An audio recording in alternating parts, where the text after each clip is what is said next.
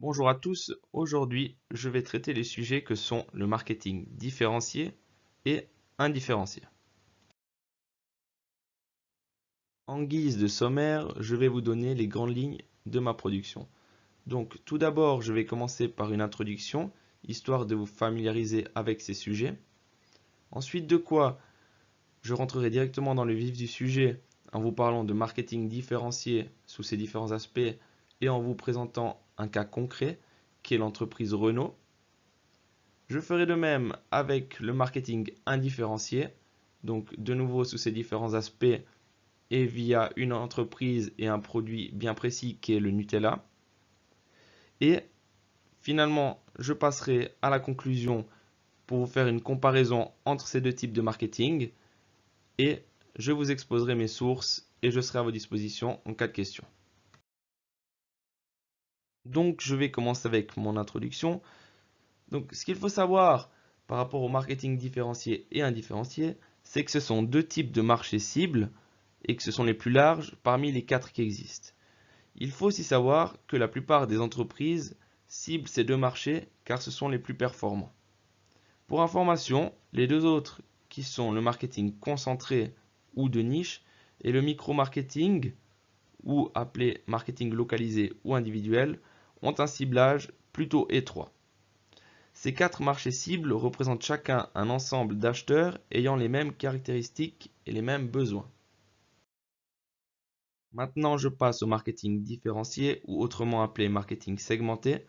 Il s'agit là d'une stratégie qui vise à toucher plusieurs segments de la population. Il met en avant le fait qu'il faut proposer des offres spécifiques à chacun et que pour adapter l'offre à chacun de ces segments, on peut modifier le produit, le prix, le circuit de distribution, la communication ou la marque. Afin de mieux vous illustrer ces 5 principes, je vais vous présenter le cas Renault. Voici le premier des 5 aspects dont je vous ai parlé précédemment. Il s'agit du produit qui, chez Renault, est le véhicule. Donc, tout d'abord, il y a les véhicules pour les particuliers comme vous et moi. Il y a la Twingo, la Clio ou la Mégane qui sont les plus connus dans leur gamme. Il y a les véhicules utilitaires utilisés à des fins professionnelles comme le fourgon ou le Renault Trafic. Ensuite, il y a les véhicules électriques qui commencent à apparaître sur le marché, comme la Twizy ou la Zoé. Il y a aussi les véhicules Initial Paris qui représentent le haut de gamme chez Renault, comme la Clio revisitée, la Scénic et le Talisman. Et finalement, les véhicules sport pour les personnes qui aiment bien les véhicules puissants, comme la Clio RS ou la Mégane GT. Ensuite, pour le prix, qui est le deuxième de ces aspects, il peut varier selon la gamme. Donc, comme dit précédemment, si c'est pour les particuliers, si c'est un véhicule utilitaire, électrique, initial Paris ou sport. Mais il peut aussi varier selon l'état de la voiture, c'est-à-dire si c'est un véhicule neuf ou un véhicule d'occasion. Ensuite, pour le circuit de distribution, qui est le troisième de ces aspects, comme pour chaque type de véhicule, on peut l'acheter à différents points. C'est-à-dire, on peut passer directement par la compagnie, donc dans ce cas-là, c'est Renault France. On peut l'acheter chez un concessionnaire agréé par la marque. On peut aussi passer par un détaillant qui vendra tout type de véhicules et de différentes marques.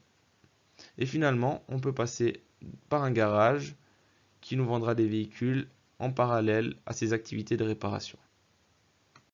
En termes de communication, cela peut être fait de plusieurs manières.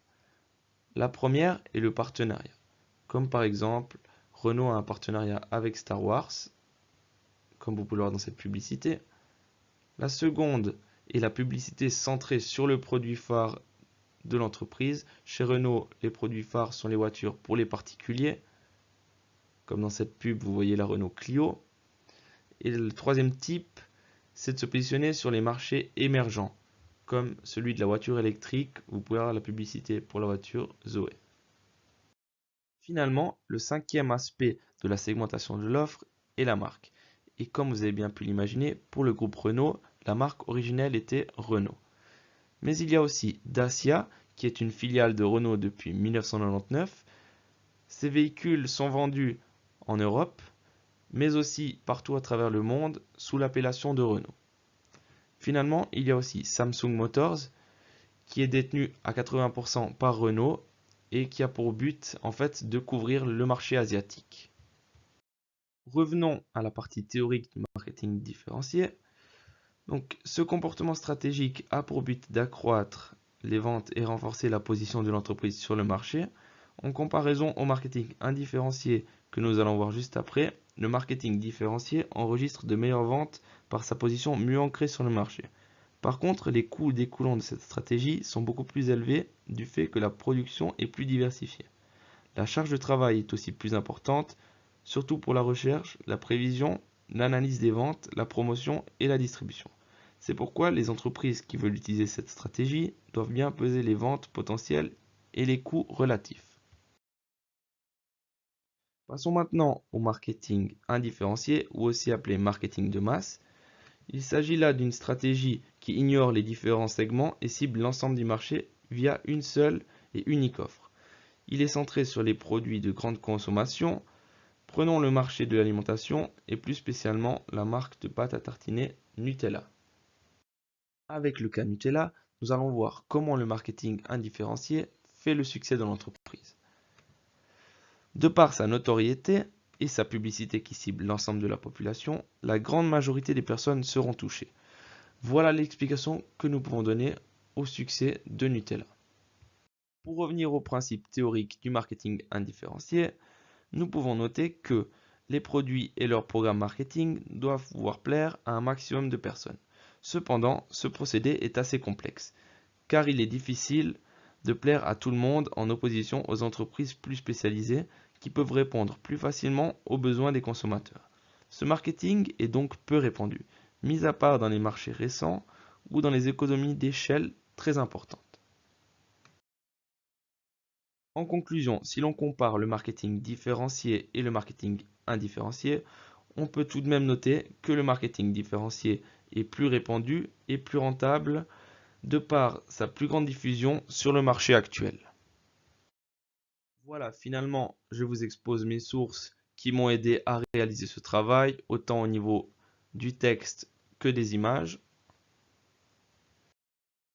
Et je vous remercie de votre attention et reste à votre disposition pour toute éventuelle question.